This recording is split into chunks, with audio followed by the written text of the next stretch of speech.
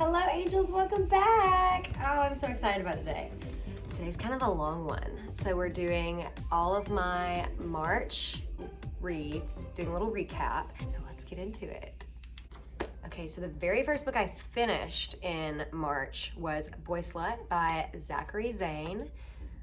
Hey Stella. She's trying to decide if she wants to join. Zachary Zane is a sex researcher and a bisexual man, and this book is so good. There are some spicy sex scenes, which is interesting because it's not like it's nonfiction. He's talking about his experience with sexuality and sex in general, which is so entertaining. Like, I was trying to explain it to someone. I was like, I feel like when I'm reading this book, it is so entertaining that I feel like I've been watching TikToks. Like, the way he's talking about it in a way that is just very like current. And like he's talking like my friends talk. So, and telling stories the way my friends tell stories. So it just feels like I'm talking to a friend. So that was really fun. His lessons on sex positivity are helpful for anyone. But as a bisexual person, this was such a good read. I read a nonfiction book in February about bisexuality, like the culture, if we have a culture, history, and the science of bisexuality. And I read it with the intent of like feeling like I had a bisexual community, and it did not do that at all. This did. This answered that for me, and it was lovely. I had so much fun reading it. 4 out of 5 stars. I reread Tom Robbins' To Life with Woodpecker, one of my favorite books of all time. And if you want to know how I felt about this, I have another video up about this reread, but she's a 5 stars. We'll just leave it there. Next, I read Love at First Set by Jennifer Duggan, which I don't even have any notes on. I read this book because I'm trying to get into romance. Dude, I don't know. I'm gonna read some Emily Henry to see, because I feel like she gets some praise and she sounds like someone I would be into. So we'll try that. But I tried this, Love at First Set, because I was like, you know what? I feel like some part of the reason that I can't get into romance, lover girl that I am, is because I cannot take these men seriously. And I don't know if it's just that I don't believe their characters or whatever, but like so let's just do a gay romance. Let's just try it out. And it was 2 stars. It's just not what I look for in a book. Like, I just look for more substance, and I feel like maybe that's why I don't like romance. Like, I want more than to just like watch these people fall in love with each other. Like, I don't know, is that so much to ask? Yeah, I don't know. That's all I got. I will say there's not a lot of romance media I enjoy, so I'm trying to think of things that would fall in that category. And Her with Joaquin Phoenix the movie is the only thing that is coming to mind, so I have no idea. Maybe all hope is lost, but I'm gonna try Emily Henry before I give up that one.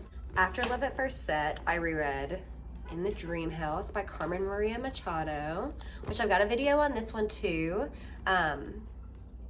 This was a 5-star read the first time I read it. This is the second time I've read it, and I read it as an audiobook the first time, and this time I read the physical book.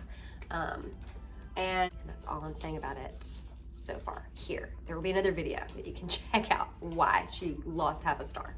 I read The Secret History next, and she was good. I gave her, let's see, 4.5 stars. So this one was recommended to me for a long time. I feel like people got the impression that I would really like dark academia, and I felt utterly opposed to that. I think it's because when I first got into reading, I was really kind of pretentious about it, and I was really into academia. I was really into like classic literature and stuff like that, and then I got over it and pride myself now on not being a pretentious little reader, you know? So I wasn't sure if I would like dark academia. I will say from reading this that I think that it's a powerful setting for like characterization, foreshadowing. You've got like a rich context to use devices in.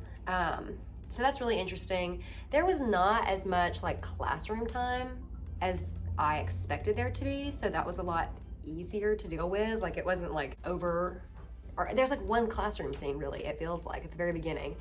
So at first I thought it was gonna be like reading lectures that these kids are sitting through, and I was like, okay, well that's a little heavy-handed for me personally. That's exactly what I thought I would not like about dark academia. So I wasn't sure how I felt about it, but by page 100 I was all in. I loved it. I don't think this is a spoiler, but maybe, I don't know.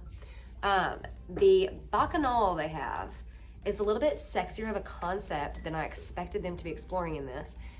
And I got really excited about that because come on, like the possibilities are endless. And I was kind of disappointed that they didn't like push it further in that direction. I will say I did not love the ending, and I think that's because the narrator was like probably my least favorite character. And I also felt like the amount of characterization that happened was interesting. I think that it would work really well as an adaptation just because there was like, I was missing some stuff from the characters, I feel like, and like enough for an actor to be able to have a lot of fun with it and bring a lot to the table and add more to it without like necessarily sacrificing any of the integrity of the work. I really read all of my physical books back to back. That's kind of crazy. But the next book I read is Arcadia by Groff. Wow, I was really surprised with this one. It was kind of dense. It was kind of hard to get into at first, but it was so worth it. One of my pet peeves is having like review blurbs on books. They just kind of piss me off and I almost never agree with them. But one of these says, it's not possible to write any better without showing off. And I agree with that. Which is why it was like kind of a lot because you're digesting a lot. She's really using the words intentionally. So you kind of have to, you're processing a lot more than just like plot as you're reading it.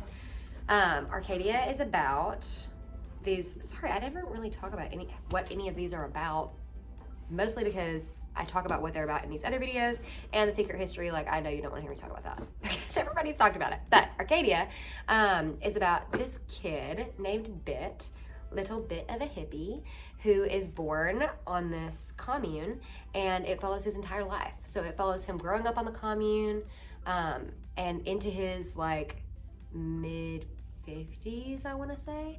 And I feel like this book is really just about community and love and grief, and it is just very, very beautiful. I cried. Of course I cried. That's no shocker. It's super immersive, which was also really cool. That's kind of what I would have wanted out of a book about a hippie commune anyway, so that was lovely. But it also talked a lot about male friendships, which was very refreshing to me.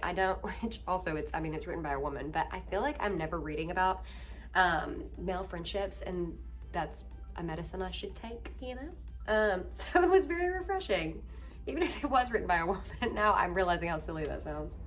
Next, I listened to the audiobook of Women Who Run with Wolves by Clarissa Pinkola Estes. I've heard so many of the little spiritual girlies of the internet talk about this book. So I was like, I guess I gotta get a move on. I'm hearing about this everywhere. Let's see what she's about. And I loved it. I think she got 5 stars. She did get 5 stars. I also will say that, okay, this book it uses folklore to tell stories of wild women and what happens to them and how we're cultured to treat wild women and what it means to be a wild woman, how to cope with being a wild woman, and how to like lean into your wildness and what that means. But since she's using these stories that have been passed down through the oral tradition of different cultures, I felt like it was more beneficial for me to listen to this as an audiobook. And also I'm a sucker for if an audiobook is narrated by the author, and this one was. And I just really feel like this is the way to consume this book. Of course, there were things like I would like to have a physical copy. There are a lot of things I would like to annotate in this book, but I feel like these stories were meant to be told orally, and she tells them so well, so expertly.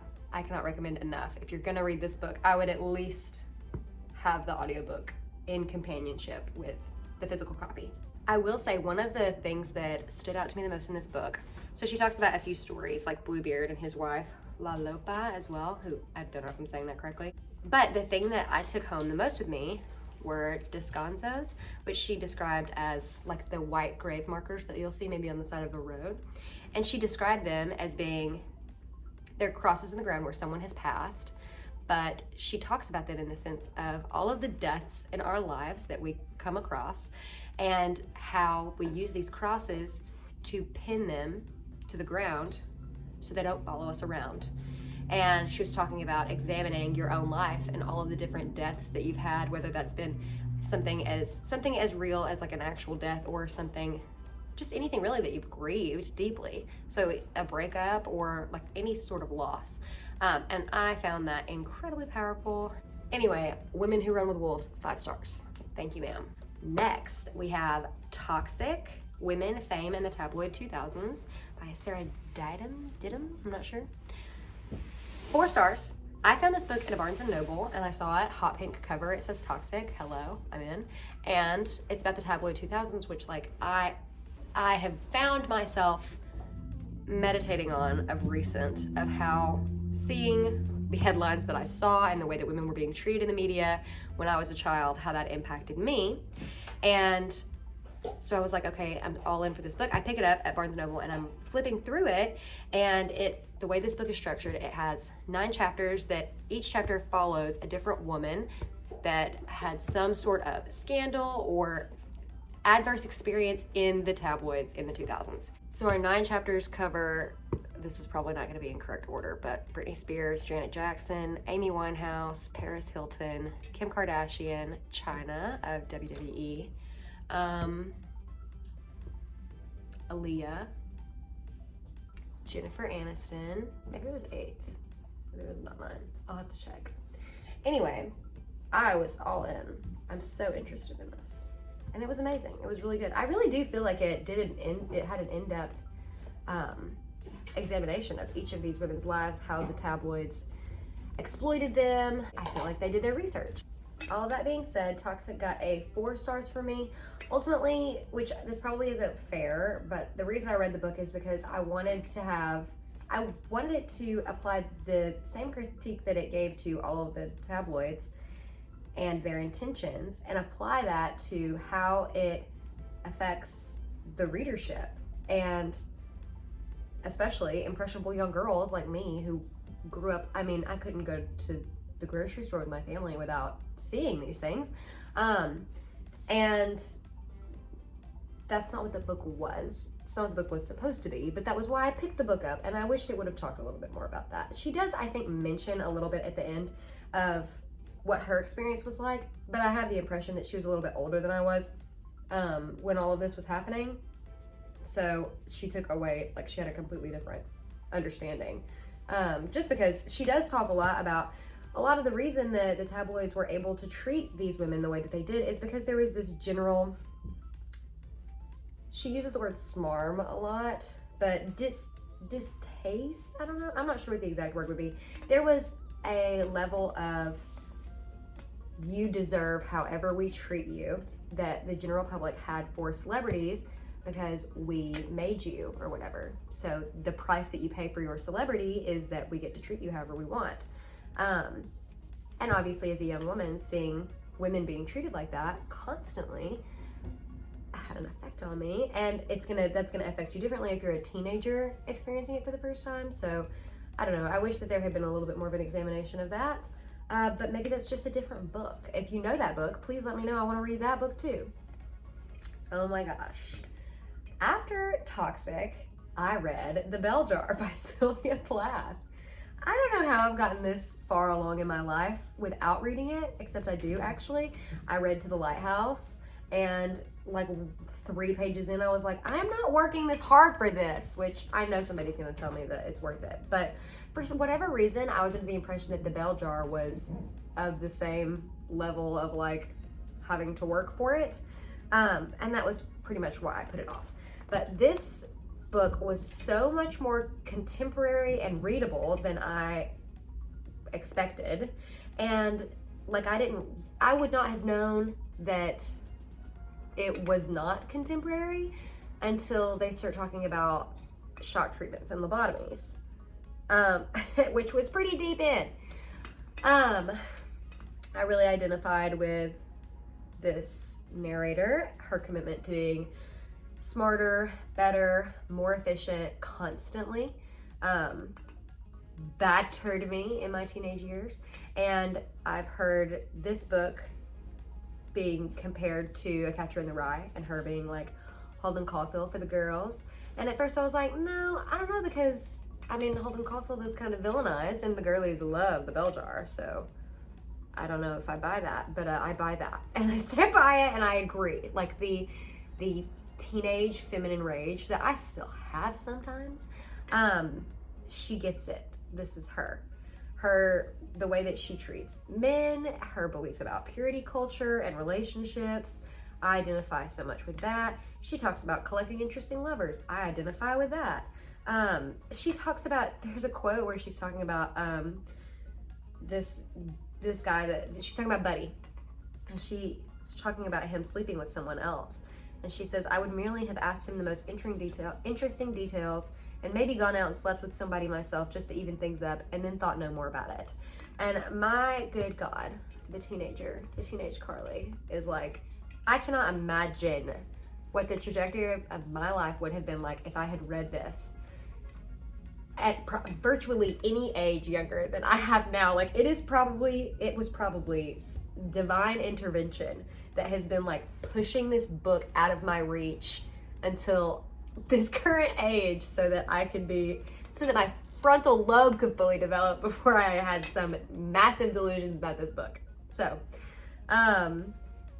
yeah, there's so much to love about this book. The metaphor of the fig tree, the metaphor of the bell jar itself, like, I love it.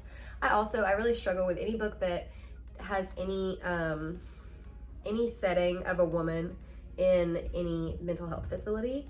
I always am like, God, am I in Girl Interrupted? Like, I feel like there's always so many similarities, and so like that's always a danger for me, and that didn't happen here, and it definitely could have, but I feel like the world was built out well enough that it didn't. So Bell Jar gets a 5 stars for me. I mean, one of my favorites now, and it was so short. It was so readable. Yeah, you gotta read her. You gotta check her out. Next we have Pet Sematary by Stephen King. I listened to this one. It took me forever to get through. This is like a 16-hour audiobook, and I like ran out of Spotify audiobook hours like halfway through it and had to wait to re-up, so that was very frustrating. But it took me a while anyway. This book was so much better than I expected. 5 stars, first of all. And so it's hard for me to do audiobooks sometimes, especially when they're fiction and they have a narrative, because I can't be doing too many different types of things. Like, I don't really even drive while listening to audiobooks just because I have to be focused to know what's going on. But I will listen to some Stephen King ones because I love the New England accents that they give. They're just so good. So I did this one as an audiobook, and oh my God, it was so good.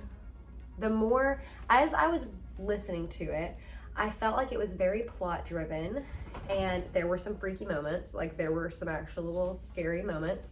And like I was really just like following the plot. I wasn't thinking much about like, what are the deeper things that Stephen King is talking about here? That this entire book is about fatherhood and sons, but essentially between Judd and Lewis engage, Lewis and Mr. Goldman, Timmy Baterman and his dad. Like, there's lots of father-son relationships to examine in this book, and it kind of talks about the cycles of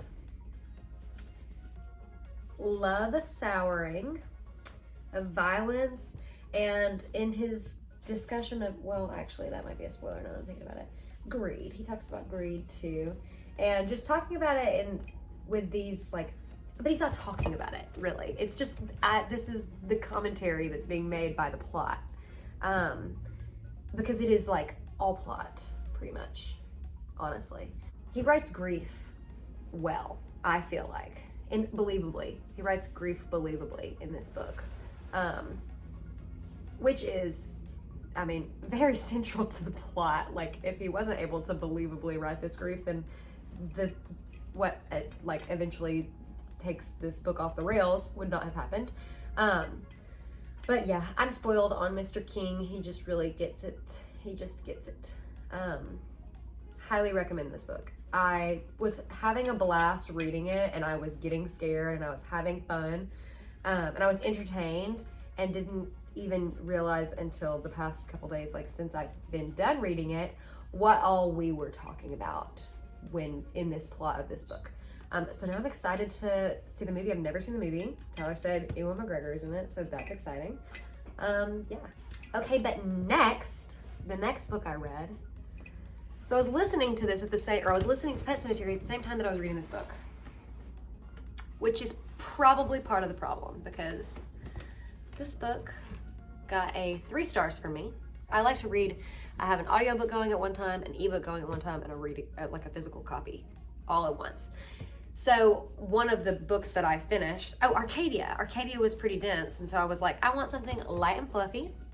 And I read Final Girl Support Group by Grady Hendrix and remembered enjoying it, which I would enjoy any book about final girls, period. So that's not necessarily a compliment to say that I simply enjoyed it. It would be impressive if you could make a book like that and me not like it. So anyway, I read that, and it was a nice, fluffy, okay, cool, I can read this casually type of book. And I was hoping for that from this. And it seems like, based off the way this thing is marketed, that, sorry, I took it to work with me, it's a little bit dirty, that we're gonna have like a cute little mystery about, ooh, this haunted house, sweet. The first thing that happens is that the main character's parents both die. Not a spoiler, it's the very first thing that happens. So that's not very light. And then we get into it, we find out that the mom had a Christian puppet ministry, which, as niche as that sounds, I have witnessed in my life. So that is for reals. And which, like, I'm gonna give them the benefit of the doubt, because there were a lot of things in this book that did not work for me. That I'm like, bro, I get it's just a story, but come on, like, we can figure something out here. So, for example, she's a puppeteer. The mom and dad both die in a car accident, and they have a joint funeral, and everybody shows up in near like clown get up to do their puppets, because apparently puppeteers are also clowns.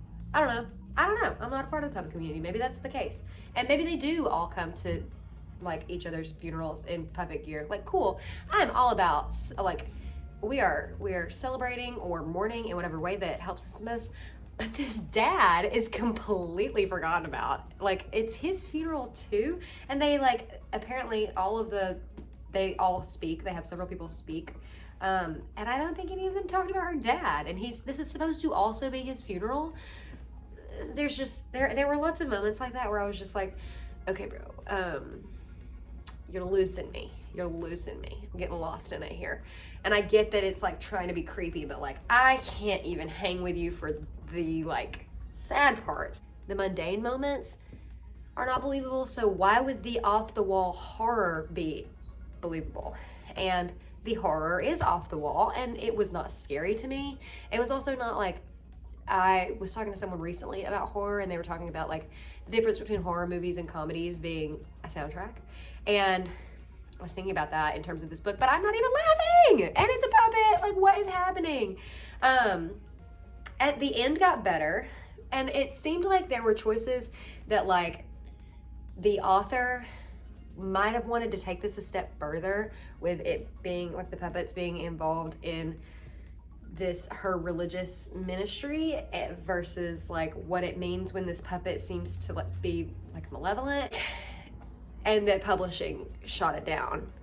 And there were several choices that I felt like, oh, there was an opportunity here, or there would be like a little glimmer of hope of like something looking good, something looking like I could latch onto it or believe it, and then it would just like shimmer away. So that happened a lot. That's the only reason I pretty much gave it 3 stars. But there is, in Act 3, there is a character we meet that is, I would describe her as an eclectic Southern grandma version of Beetlejuice. I feel like the way she talks is like Beetlejuice. To be quite frank, the things that she is saying are the things that Beetlejuice says at the beginning when he's like trying to sell himself or whatever. Which, don't get me wrong, I love Beetlejuice. That's like one of my favorite movies of all time.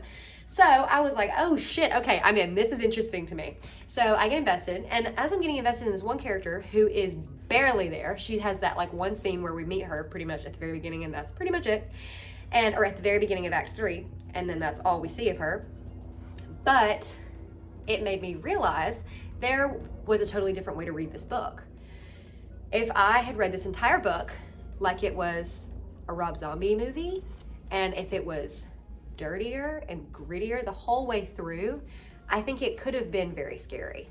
And I also would have been more willing to accept the deranged behavior that was trying to be, I feel like they're trying to juxtapose this like the puppet stuff, the weirdness of the puppet stuff with like normal suburban life. Hello, Stella. But I feel like if they had put it in a gritty setting, it would have been much more believable and much scarier. So if you want to really, really enjoy this book, watch House of 1,000 Corpses and then imagine everything like that. And I think you'll actually have a blast. I think this book will be so much better that way. And that wraps up what I've finished so far for March. So I'm reading Boy Parts right now, and oh my God, I'm loving it. I imagine I'll probably talk about this in April when I finish it, but it's so good. I'm loving it so far. And this far, thank you so much for watching. If you've read any of these books or have similar opinions, or if you haven't read any of these books and now you want to, let me know.